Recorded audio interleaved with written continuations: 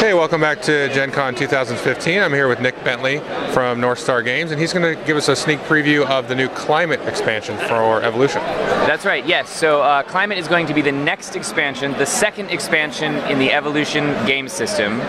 Our first expansion, Flight, just came out, and now this one we're designing now. It's an early stage prototype that you're going to look at, so everything could change.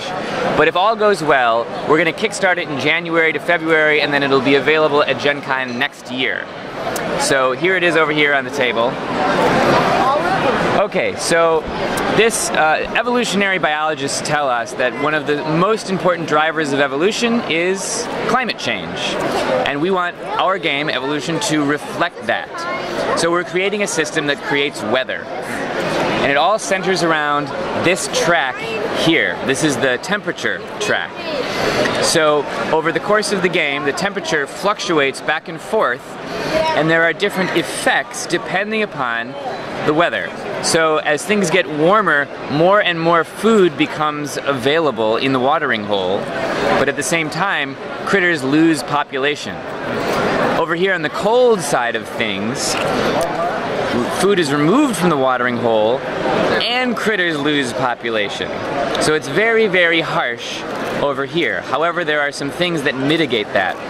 Foremost among them is that now every species can have 4 traits instead of 3, which dramatically increases the number of potential species that are available for you to create. Also, every player always has at least 2 species rather than 1 to give each player a little extra cushion. And finally, there are trait cards that help you deal with the weather. So for example, fur or cooling plates. You can migrate or hibernate, or maybe you have sweat glands. In addition, there's an event card that allows you to moderate the climate if things are getting too difficult to you. Hold on a second. Earn tons of cool prizes just for playing games. Come to room number 143 to learn new games and play your favorite yellow games for the price of 2 generic tickets. Okay, so like I say, everything that you could see here could and much of it will change. And that's it. Okay, can you just go over a couple of different effects on some of the traits, at least as they are now? Oh, some of the traits in detail? Yeah. Yeah, absolutely. Just a couple. Okay, sure. So we can take a look at this one, heavy fur.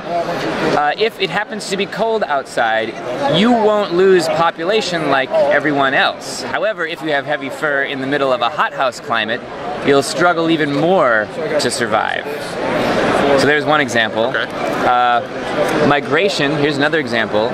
You can use an adjacent climate region to determine how much population you lose. So you can sort of travel a little ways to another more moderate region if you wish. Okay.